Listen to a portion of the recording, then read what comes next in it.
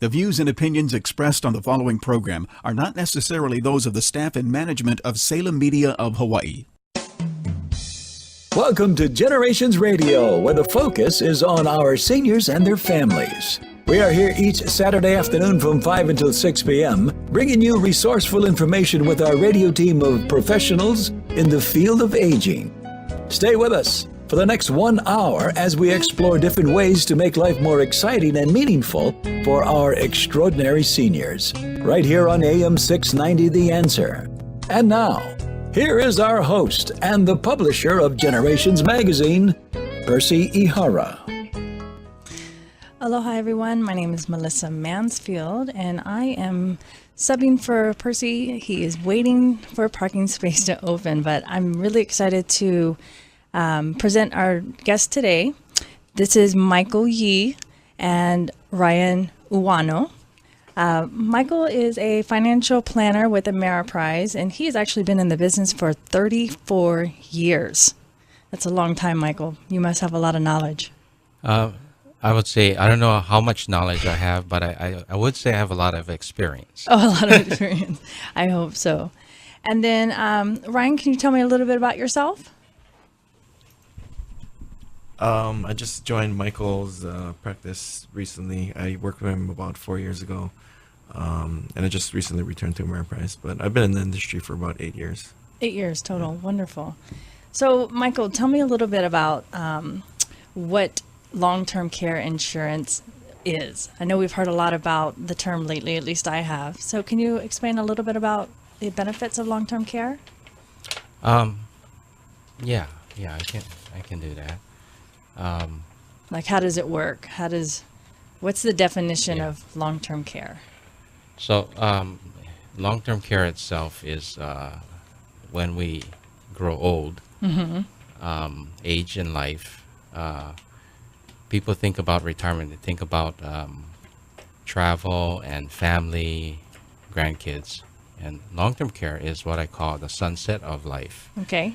And so we all know we're going to die, but what happens before that is something called long-term care. Many of us are going to suffer some kind of serious illness or a chronic condition that requires somebody to take care of us, either physically, meaning with assistance in activities of daily living. So that's feeding, bathing, dressing, toileting, continence, transferring. Or you have cognitive issues with things like dementia. Yeah. So when we get to that stage, it's kind of like when we were born, we need somebody else to help us get through our daily lives. And that's called long-term care. Okay, wonderful. So give me a little bit about how would one go on to look for long-term care? Just a personal experience within the last probably 6 months, I've been working with my financial advisor. She has insisted that I need to get long-term care insurance, and I'm 42 years old. And of course, as a gerontologist, I know the importance of it. But there's so many policies out there. I was telling you earlier, my head is swimming just trying to decide on what policy that I need to go with.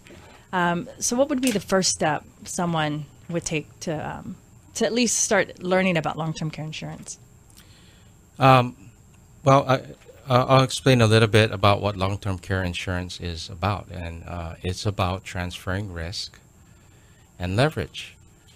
It's a bucket of money to pay for caregiving costs at home or in a facility. And long-term care is leverage. We are using pennies to buy dollars, I like to say. So today there's more choices, including a traditional standalone policy and the life insurance policy with a long-term care rider. The difference is, for example, in a standalone traditional long-term care policy, we focus on long-term care only, and it provides the most leverage for the dollar. Premiums are paid over time, and some of its trade-off, nothing's perfect, is either we use it or we lose it. And there's always the risk that the premium can increase in the future. So an example of a traditional long-term care policy, 50-year-old male buys a $383,250 bucket of money. And this bucket of money will grow over time. And in exchange for this bucket of money, the insured pays $3,051 a year. Right. So this 50-year-old guy will pay to age 80, and by that time he's put in 91,000. The pool of money has grown to 1.2 million. So what I call leverage is over those 30 years, he paid 7 cents to buy $1 in benefit. So let's say premiums increase over time. It doubled. Wow. Yeah. Even if it doubled, we're now talking about 14 cents buys $1. So traditional is the most leverage. The other option that you have if you're going to look for long-term care insurance is the hybrid version. It's a life insurance policy with a long-term care rider. And here we're focusing in, the focus is life insurance. Premiums can be designed as a single premium or payments over time.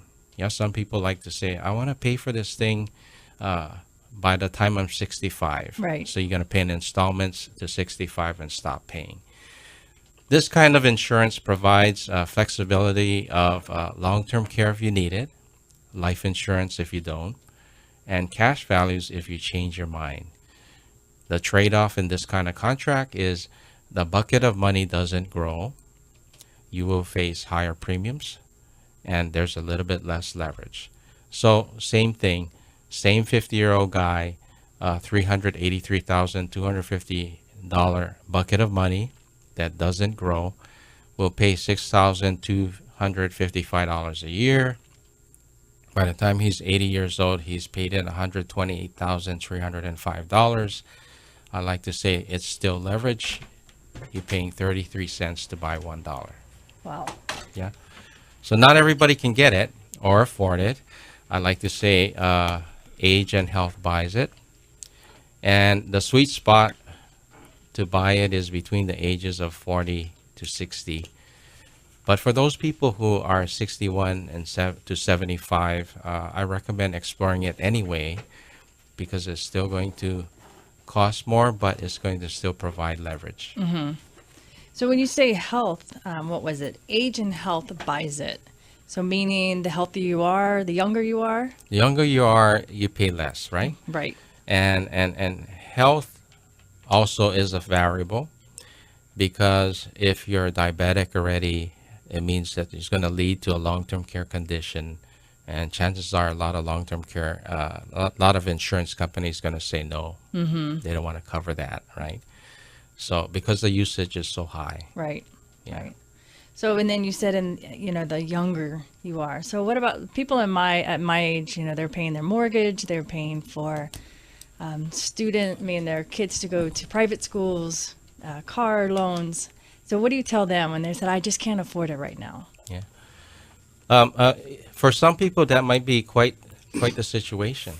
So for other people, they said, well, I need something, Mike. If I start paying at this young age, I think I hate to die and not getting any benefits out of this. So that's when the life insurance version becomes attractive, when you actually have a focus on, I have survivor needs right now. I got a family, got a mortgage, got kids in school. Yeah. I think you and I talked before the show and you got something like that. And to me, that's a good fit.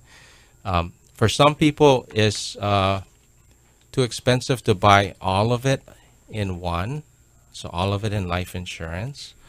So I say nothing wrong with combining traditional standalone policy, which costs less and focus only on long-term care, and the bucket of money is going to grow over time. And you combine that with a smaller life insurance version that's going to get paid up at 65 so that the total cost is less, right? Right. And you make up the difference in life insurance you need to pay off the mortgage with term life insurance. Okay. Yeah, so that people come in different sizes and shapes, money-wise and family-wise. Right. So there's options. There's no one size fits all. There is none. Yes. And there's no silver bullet That's true. to long-term care. It's more than just looking at buying insurance. Right. And I also, I was reading with the long-term care insurance policy that it's not just month to month you can pay. Is it every 6 months, or you can pay at the end of the year? Yeah, you can pay it annually. You can Annually. pay it semi-annually, quarterly, or monthly. Mm-hmm. And generally speaking, when you spread it out, you pay a little bit more. If you can afford to pay annually, it's a little cheaper. Okay. You get a little bit of a discount. Yes. Okay. All right. So we're living longer these days. So what do you suggest for people that are just turning 60? They're learning about long-term care insurance. They say, you know what, I'm not going to qualify. I know I have a chronic disease. What is your suggestion to those seniors out there? So if I had a 60-year-old person with a chronic disease, then my advocacy would be, you need to plan, right? And people come in different sizes and shapes financially. A person who has a chronic illness at 60 is going to need long-term care planning sooner. So I find that given the opportunity, most people want to live their life by choice rather than chance. Right. So these kinds of people are proactive. And by being proactive, I mean that they plan for long-term care so that the probability of success of being in a position of having choice is greater. And it's going to come down to family and money. So when I talk a little bit about family and money in different sizes and shapes, I mean that from the family perspective, I always talk about who is. I usually start with a question, and that question is, what concerns you most if you should become seriously ill or experience a chronic condition requiring a caregiver? Mm-hmm. And when I ask that question, a lot of answers start coming out. And I say in scouting, I used to say it takes a village to raise a child. And in scouting, we also used to say many hands make light work. So this concept applies to caregiving. The discussion is going to lead to who is your circle of trust? Who are the people that you're going to rely on to care for you? Is family involved? Is other professional caregivers involved? Is a facility involved? Other professionals to help plan and guide you? Do you need a financial planner? Do you need a legal advisor?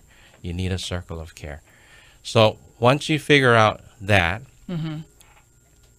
are the people being, family being, whether they're able, capable, or willing to provide caregiving, then we look at the money to fund the cost of care. And the question we're going to ask is, can we afford to write a check for the care? And do we need to sell, rent, or borrow against our home? In the case that you mentioned, we don't have long-term care as an option.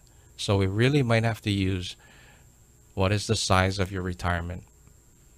What is, are we going to use the home?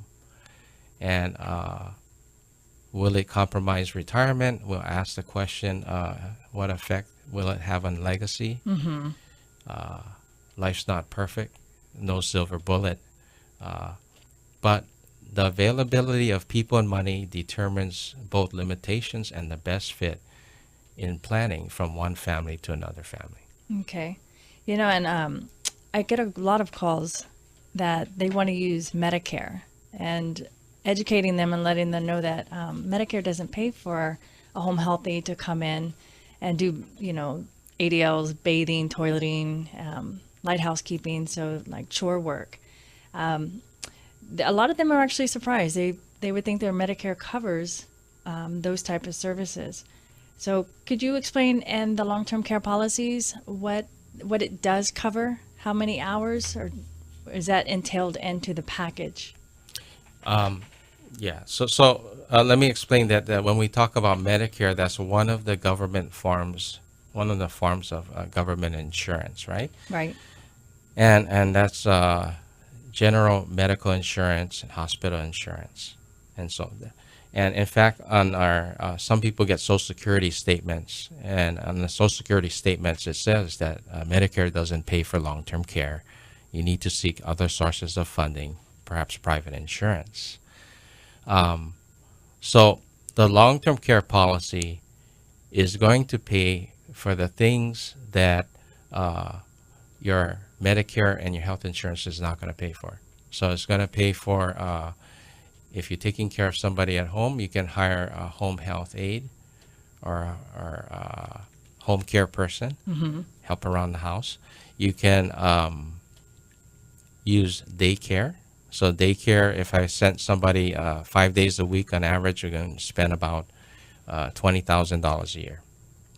If we're using home care 5 days a week, usually we're doing this so that the caregiver in the household doesn't have to give up their day job, Yes. right? So if we hire home care, might cost us about $55,000 a year.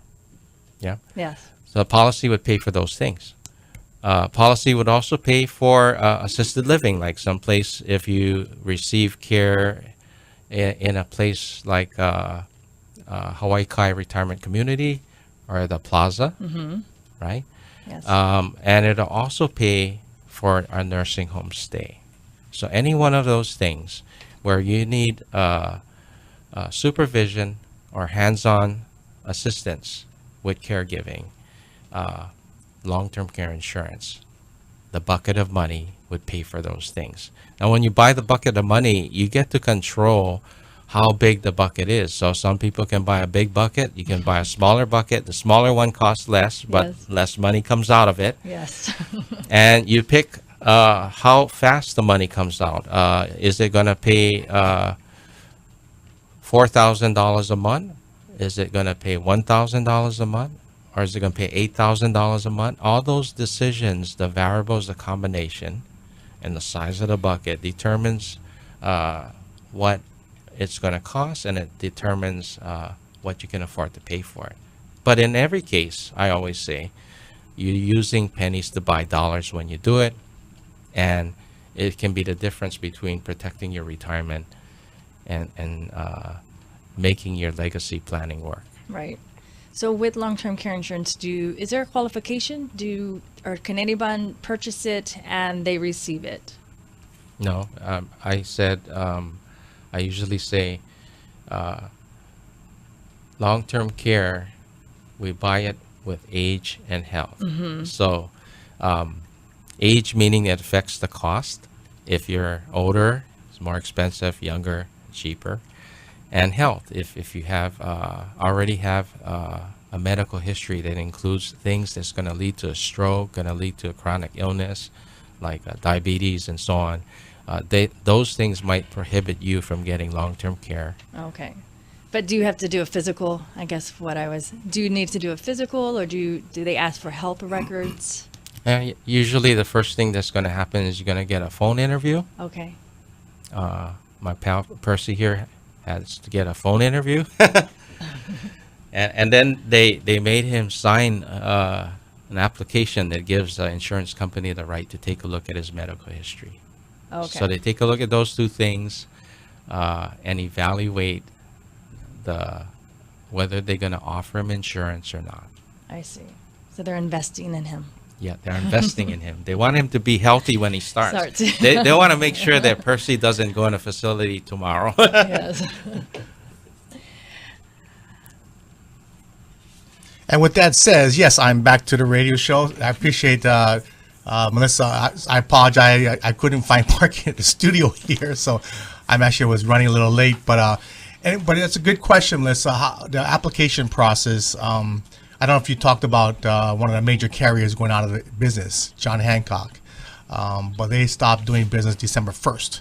So if you have a policy, don't get rid of it. Keep it. Keep on paying it. If you didn't apply yet, you should apply as soon as possible. But unfortunately, you can't apply with John Hancock anymore. So actually, I got a call saying they're going to stop doing long-term care insurance, so you better apply by November 30th, which I did on November 30th. So the process is so far easy. I just did my annual physical 2 months ago. No medication. I'm fine. I'd probably have to lose a few pounds. That's a given. But other than that, I should be fine.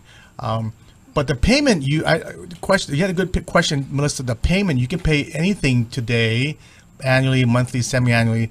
But they took away the 10 pay, where you could pay the whole premium in 10 years, right? Yes. That was the one I missed. Traditional, yes. That went away. Yeah. And many companies used to offer lifetime benefits. That went away too. Well, actually, our mutual friend, a doctor, got one of the last long-term care insurance policies that would pay for lifetime care. Yeah. Because if you guys been reading the magazine about 2013, I believe it was, or was it 12, we did a cover story on a very well-known baseball coach, and he's had care for, I would say 8 years now, maybe 9 years. His care is Monday to Friday, 6 hours a day. So I see him every once in a while. His granddaughter pays in my son's baseball league, and so we calculated one day that I mentioned this on the show before, that they probably paid about 1.3 million in care, medical care for himself, and he only paid premiums for 6.5 years. Wow. That's what's and he bought a lifetime policy. So I know they lose money on this guy. Yes. That's why I said that's why some companies are stopped selling long-term care, because a lot of these policies were made 30, 40 years ago, and at that time, insurance companies really didn't realize the level of care that was actually going to happen, the rate of claims that was going to actually come in. They never realized that the investments they made in the bond markets were going to be really low. They never realized that people wouldn't terminate their policy. They wouldn't lapse their coverage. So making those assumptions, it became a financial burden on some companies. Genworth is one company that lost $2 billion really? a year or so ago. And so even though new contracts are better price so that the premiums will remain more smooth, more level over time, the bad experience of rising premiums left on agents and consumers has resulted in a decline in the sales of traditional long-term care and the rise in the demand and popularity of the life insurance version of long-term care. Yeah. So we'll cover that in the second half of the show, but in regards to the people exiting the industry, what other options are there? Are there anybody coming in? Any other different hybrid plans? That seems to be the new thing. Are there any kind of other new ones? I thought John Hancock and Transamerica was working on some plans to come back in. Yeah, they were talking about developing a new performance long-term care policy at John Hancock. And we were just really looking forward to that. They submitted it for approval in Hawaii. Right. All the way up to the point they decided they're not going to sell standalone long-term care again. So I don't know what the answer is when they come back in, but I think that you're going to continue to see product innovation, and all long-term care versions, life insurance version and traditional, they all still using the concept pennies buying dollars and leverage. It's just that each one has its own plus and minuses. I suggested to you that if your primary concern is long-term care, nothing like the traditional ones, you're going to have to look for other companies that are still offering long-term care, other employers that have group plans that still offer long-term care to employees. And if you can get it, I said buy it. And if one person can get insured, insuring one is better than none. Getting something is better than getting nothing. Yeah, well, the conversation always goes back to, well, I'll have the state let them pay for it. And what do you think of that? Yeah. 'Cause you must get that as well, right? I get that a lot of times because people said, no way, no how, Mike. You just told me that generally if long-term care is going to be 3 years, so If I'm talking about right now at home, it's about $200,000 for 3 years. If I'm going to take care of a person in a nursing home, that's about $435,000. If you got dementia, let's double the number, right? And if it's not happening to you now, it's going to be much more in the future. So when people easily say, I want government to pay, so they're talking about Medicaid. So Medicaid is a need-based plan. You have to show you don't have money. It's a safety net, social safety net for everybody. And nothing wrong if people want to do that. I just want them to understand that when I talk about having choice in life, I also mean, would you like to make the decision who and where you're going to receive care? Or would you rather have the system make that decision? When we play Medicaid, we give away our money to protect our assets, and we allow the system to determine where we go. And being in the industry, I kind of prefer choosing where we go, because there's some places nothing's the same everywhere you go that I wouldn't want my mom to go to. And there's other places I would want my mom to go to. In fact, that's what my wife and I are doing right now as we speak. This past weekend, we're looking at care homes to transition my mother-in-law in the future from home maybe to a care home. Oh, absolutely. So thank you, Mike. I mean, we're talking about the industry of how to finance long-term care, but second half of the show, I really want to talk about that conversation. How do you get people to do something? What kind of, really the options, because if you don't want the state to take care of you, you're going to have to take care of yourself. Or your family's going to take care of you. That's just the way it is, So we're going to take a short break, and thank you, Mike and Melissa, and we'll be right back.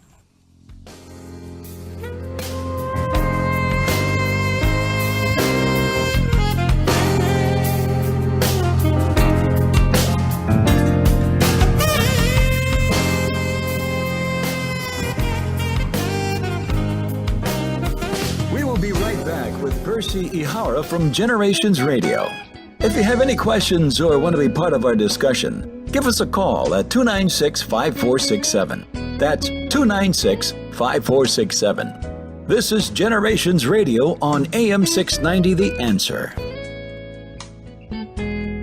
Did you know 26 million Americans have kidney disease and most don't know it? The day I was diagnosed, I didn't know what to do. I called the National Kidney Foundation, and the young lady who answered stayed on the phone with me and walked me through step by step. She too was surviving kidney disease, and she showed me there could be life after kidney disease. Visit the National Kidney Foundation at kidney.org. Now you know. Moon Physical Therapy is here to help you back to recovery. Moon Physical Therapy is located on Ward Avenue across from Sports Authority. Physician prescribed for motor vehicle accidents, workman's comp, or that body pain that comes from rushing to play without warming up. Also event cardiopulmonary rehabilitation with our one-on-one patient care. Moon's Aquatherapy heated endless pool allows for low-impact exercise with less pain on land. We will give you the right exercises to get you back to health. Ask your doctor to prescribe Moon Physical Therapy. Moon Physical Therapy. We achieve results. Aloha, this is Martha Clopin. And Al Harrington. Choosing the right Medicare plan not only saves you money, it also helps you avoid headaches and heartaches down the road. We want to remind everyone to listen to a Medicare Moment with Martha, Sundays from 9:30 a.m. to 10 a.m. as we help answer important questions on Medicare so you can stay healthy, wealthy, and wise all year long. Call me at 543-2073, 543-2073. I was an addict from the age of 13. I finally decided it was time for a change. I walked into the Salvation Army Adult Rehabilitation Center, and that got me ready for the real world. Now, I choose to be guided by Jesus Christ, and today, I'm building a powerful and promising future, free from drugs and alcohol. Please shop at the Salvation Army family stores. With our discounted sales, your support through your purchase helps men live a clean, sober, and productive life. Got Vegas on your mind? Get Vacations Hawaii on the line. Vacations Hawaii offers weekly 4 and 5 night Honolulu to Vegas packages, which include 3 meals daily from $6.99. Stay at Hawaii's favorite casinos, California, Fremont, Main Street Station, and Orleans Hotel. Vacations Hawaii will get you there in comfort on deluxe wide-body 767 planes with complimentary in-flight hot meal service. Vacations Hawaii's frequent flyer program gives you future travel discounts and credits. So if you're ready to win big, call Vacations Hawaii at 591-4777 or visit pointVacationsHawaii.com. Today, more than ever, we local people are living longer than any other state in the Union, with more seniors, baby boomers, and caregivers. Generations Radio promotes the importance to be proactive as we all age. The radio team will focus on issues facing our seniors and their families, finding resources to navigate healthy aging along with financial, legal, and caregiving information. So join Percy Ihara from 5 until 6 each Saturday, right here on AM 690 The Answer.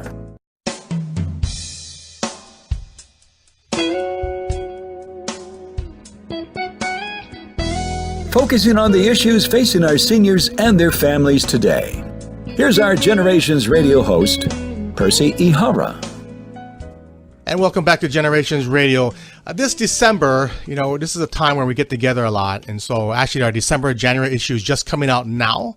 It's featuring togetherness, a family tradition. It actually features my parents, Les and Shirley Ihara, about their family traditions, how they grew up, what they're passing on to the kids and grandkids, and even great grandkids today. So it was a kind of a tribute, but yet really, they've always been role models for us and our family.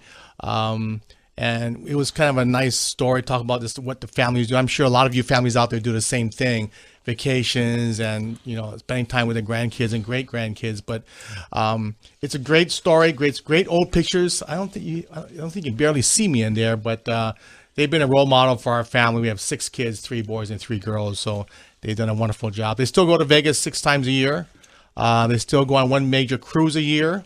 So they're my role model. They're in the late 80s, so they're still driving, still healthy. So that's my goal. Hopefully I can make it that long.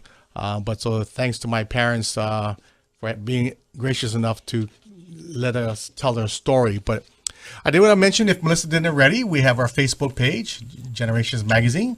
I also wanted to mention our calendar. We're going to be bringing out more so of all the different events around town. So you can go to generations808.com. Starting in January, you can see a lot more events on there. But I did want to go over a few of them.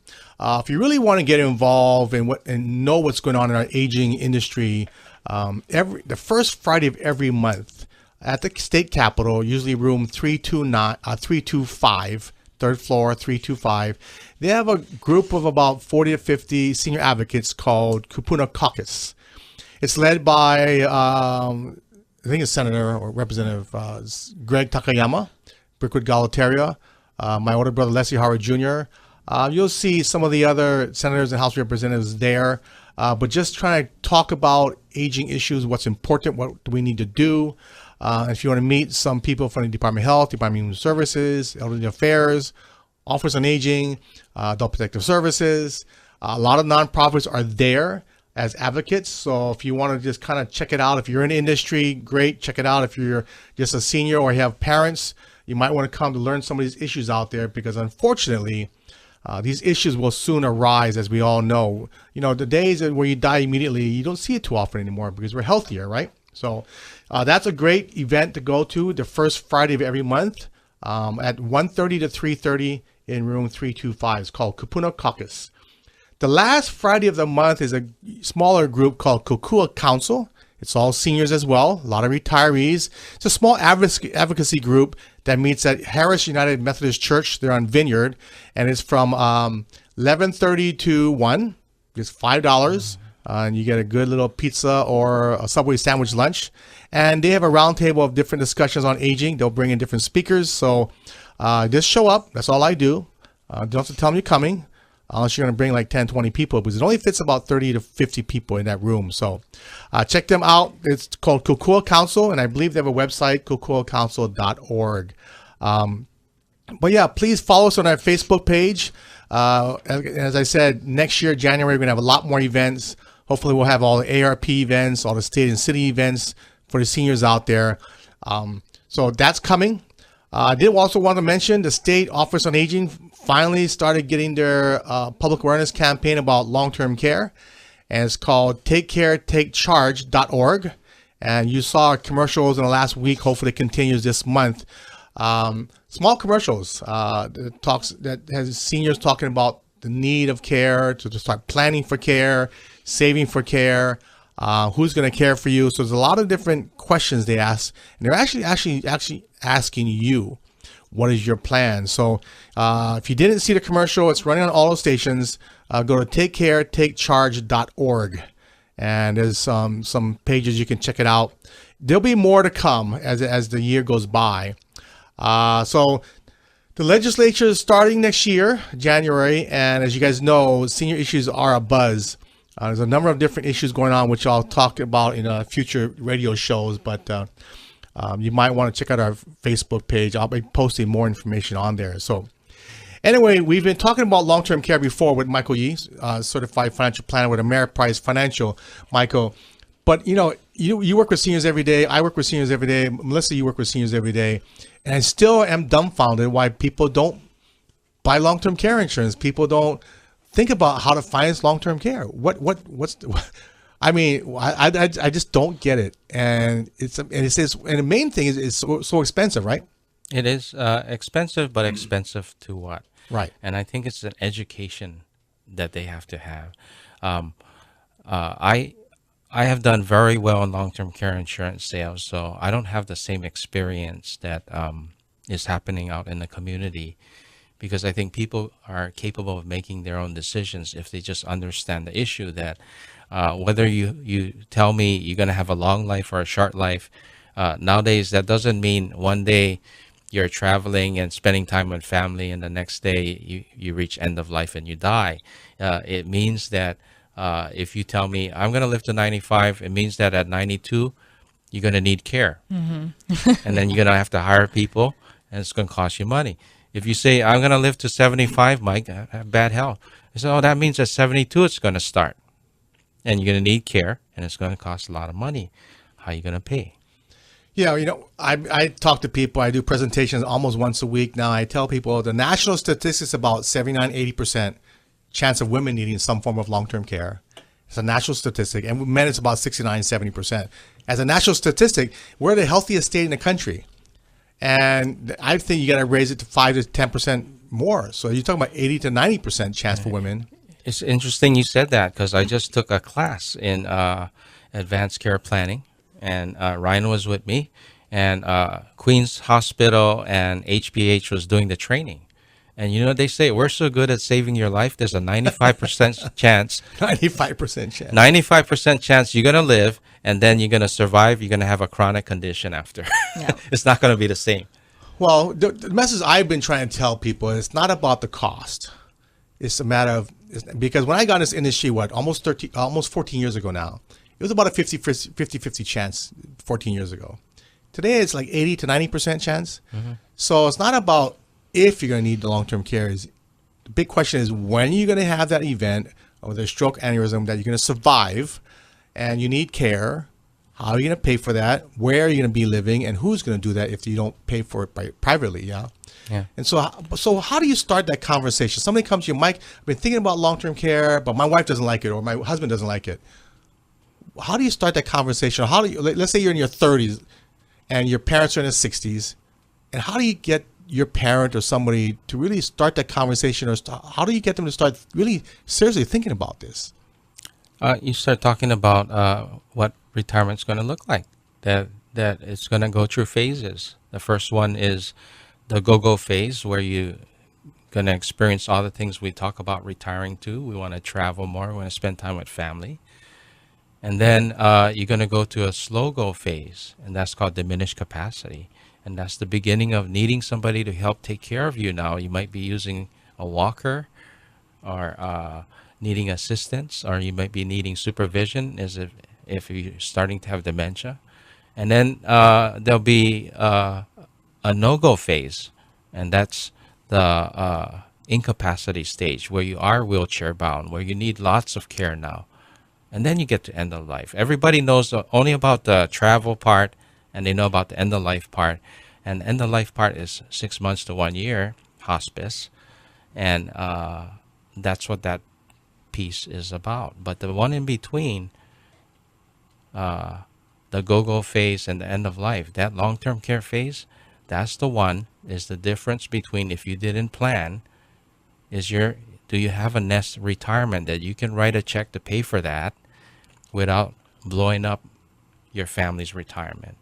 Is it or their inheritance? Or inheritance? Will you pay for it and there's no inheritance left, right? There's going to be consequence, and no matter how I talk about it, I think when I get down to at the end of the day, what bothers you most about when you become seriously ill or have a chronic illness, and they're going to say, I don't want to be a burden on my kids. Then you got to tell them what that means if you don't plan.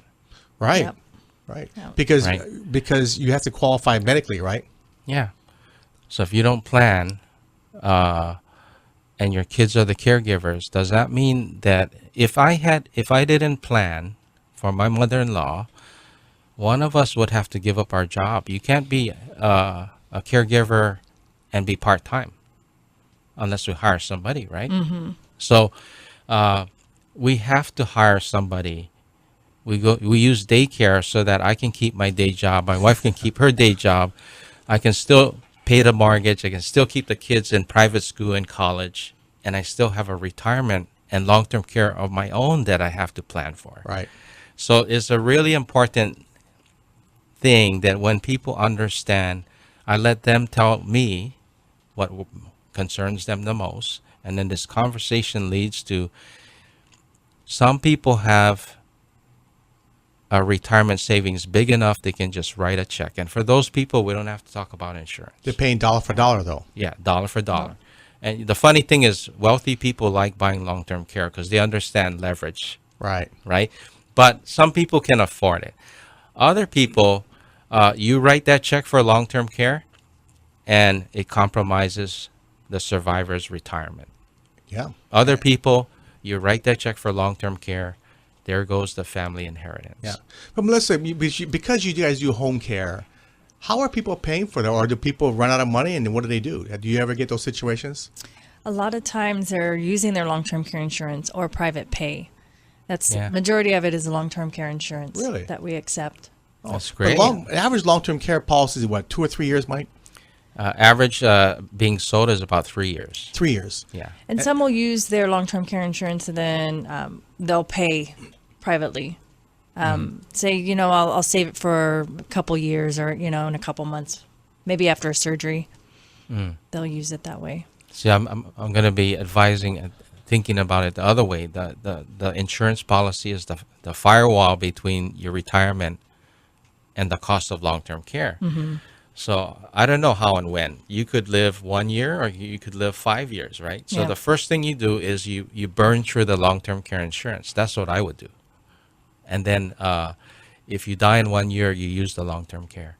If you live a long time and you outlive the long-term care policy, then you start tapping into your retirement. But in that time that you never tap the retirement, it's growing. So my mother-in-law is 5 years into dementia, 5 years on a claim on adult daycare. And when I'm paying $20,000 a year instead of $145,000 a year, her policy, which was a 3-year policy, the thing has lasted 5 years, and I still got $200,000 left on the thing. I can still go a long way. But don't a lot of policies have a certain amount they pay per month, or it's just a big bucket of money? It is what I was mentioning earlier. Yeah, we're gonna decide how big the benefits pour out. So are we gonna buy a contract that pays $4,500 a month out?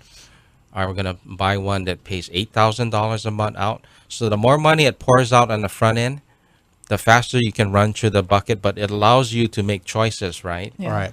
And does it cost more? It costs more if you can pull more money out. Right? Oh, okay. So we make decisions like that. My in-laws weren't perfect when we did it 20 years ago, and I told them, if you guys living with me, I really think you guys need long-term care. If you say, if one of us goes, the survivor stays with us. but they bought, and it was $5,000 a month that they bought at that time for 3 years, and never knew that someday it would come in handy. And we're 5 years down the road in dementia, and a lot of people by 5 years down the road in dementia, they're out a lot of money already. We haven't even touched her savings yet. Well, that's smart. That's I know good. when I was looking at long-term care insurance, knowing what a bill rate is today for home health aid coming in could be $30. That's today. So I'm thinking, here I am, 42. Let's say if I need it by the time I'm 80, 85, 90. I mean, that bill rate could go all the way up to $75 an hour. I mean, depending on the level of care. That's exactly what we're saying. That's what we're saying. Buy something now. No. It's still Yeah. pennies buying dollars. And I was talking to you about the 5% inflation. Can you explain that a little bit more? Because I was still a little unclear when I was talking to my financial advisor. Yeah. So in general, the life insurance version, the trade-off is you're buying a fixed bucket of money. Okay. Right. Most times they don't grow. There's no inflation component in it. So you're still getting leverage, but the bucket doesn't grow. You buy traditional long-term care, and you can buy it where the bucket doesn't grow. That's the cheapest. And you can buy it with 5% compound growth. You can buy it with 5% simple growth. So the bucket is... Is 5% a max though, Mike?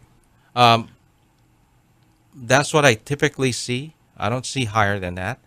I see CPI, so Consumer Price Index. So Consumer Price Index could be lower or higher. Oh. Right? John Hancock had what is called a benefit builder. So it's tied to the investment performance of the insurance company driving the growth in the policy. And that one just happened. John Hancock was doing really well in the past few years. I've seen 5% to 11% returns on their investment growth, but that's not a guarantee, right? Yeah. So sometimes the growth is a moving thing. There's no guarantee, like a mutual fund. Right. Yeah. And at other times it's a fixed specified known, so that's the more expensive one. If simple, compound is the most expensive, simple is cheaper than that, then CPI is cheaper than that, and then a benefit builder type is cheaper than that, and then there's still more innovation coming out where, as I said, never made it to the market here. This is a performance long-term care where you actually get credits that could in fact reduce the cost of long-term care premiums in the future, help offset the rising costs. Right. Of any type of healthcare industry. So, Mike, I know a lot of people have different financial advisors, but my experience is that most financial advisors don't sell long-term care insurance. Is that what you see as well out there?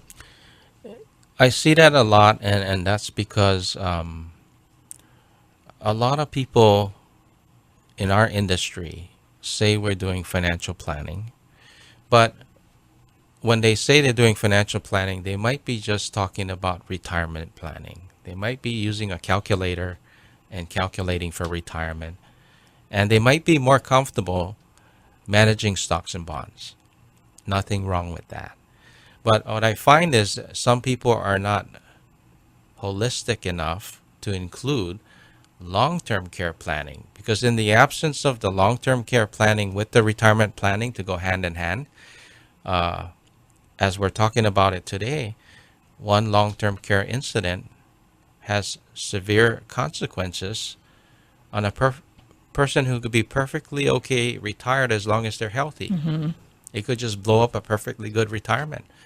Some financial people might say, I'm going to do it. Financial planning they think is estate planning. Right. So they're talking about inheritance and all that stuff, trusts and wills and all of that stuff, but they don't do the long-term care planning.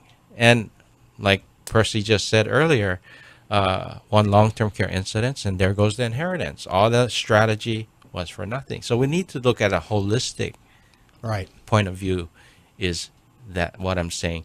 And that's where if you're looking for an advisor, you can tell what people do by asking questions. If you start going down this long-term care road and you start talking about that, and they said, I don't do long-term care insurance. I don't know a lot. You have to go talk to your insurance agent, so on, right? Talk to an insurance person. They're going to be very good at, generally speaking, the insurance part. But as I said, insurance agents got so comfortable. It's easier to sell life insurance than it is to sell long-term care insurance. Yeah. It's easier to sell something that, hey, if you get long-term care, it'll pay for long-term care. Oh, if you don't use it, you get a death benefit. Oh, if you change your mind, you get that's easy to sell, right? Right. But try saying long-term care, if you need it, it'll solve it. If you don't need it, you lose it. Yeah. Takes a more education, I think, to do that. I think education is the key. Yeah. In the last probably year and a half, 2 years, the state wanted to, people, I shouldn't say the state, people that wants the state to do something about long-term care. There was a public awareness campaign that was supposed to have been out. It just came out, the Take Charge campaign. But they were trying to push, Senator Ross Baker was trying to push that 0.5% increase to G tax for some kind of a long-term care fund. That's shut down, by the way, from what I understand, for now, because of the rail tax. 0.5% rail tax is going to be for the rest of our lives, probably. In fact, I just read a paper the other day that's going to go run past, once the rail's up in 15 years, that tax is going to run to 2030 or 35 or something like that. But anyway, that 0.5% G tax for long-term care has been shut down. But I know they're going to come back next year with some kind of a bill to provide $6 million for some kind of care. You got to qualify. I actually talked to the professor yesterday, called me up asking about certain things. I said, you really need to talk to the insurance industry. Yeah. You really need to talk to the financial industry, because they are the feet on the ground. They're the ones that were sitting in front of people and talking about long-term care. But I do see more and more financial advisors talking about long-term care. And that's a good thing. So I think that partly I credit people like yourself putting the word out for how many years now, right? And the public is asking for it. And so when the public is asking for it, innately advisors say, oh, this is a need and a want, so I need to learn more about it. So I think just by you doing what you did for the last 9-10 years has had an impact in Hawaii and is growing the awareness by radio, TV, and public workshops. And I just wish we could do more. Well, next year we are going to do more. I know ARP is going to be doing more events on every island as well, but we're going to do more. But in regards to options, if you have a financial advisor, you have some money at least, yeah. But probably most of your clients are middle class. Yes. And so what other options do they have? Do they say, Mike, I can't afford to buy long-term care insurance, or I don't qualify because I have health issues? What other options are there besides Medicaid? So that's the people and money question, the right size to fit the right circumstances. For people who can't afford long-term care insurance or can't get long-term care insurance, then we got to look at the money side. Can you write the check without blowing up your retirement? And if not enough money there, then we got to talk about, do we need to use the home as a source for money? That's where I was going to go to. Yeah, there's only 3 ways to get money out of the home. Either you're going to sell your home and downsize to create money to pay for long-term care, or you're going to rent out a part of your home. And for some people said, that's perfect, I can do that. Other people says, no way, no how, I'm having strangers live with me. Yeah. Right? And then the last way is, I want to stay in my home, so I'm going to borrow against my home.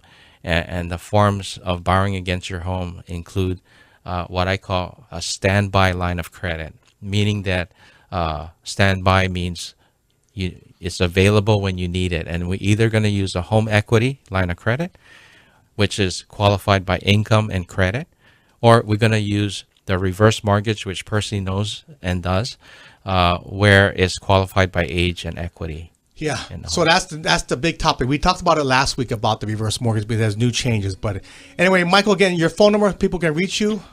952-1240. And you are in the magazine. You are a financial advisor for Generations Magazine. Melissa, thank you so much for starting the show. I apologize. I was at the City and County's recognition lunch today.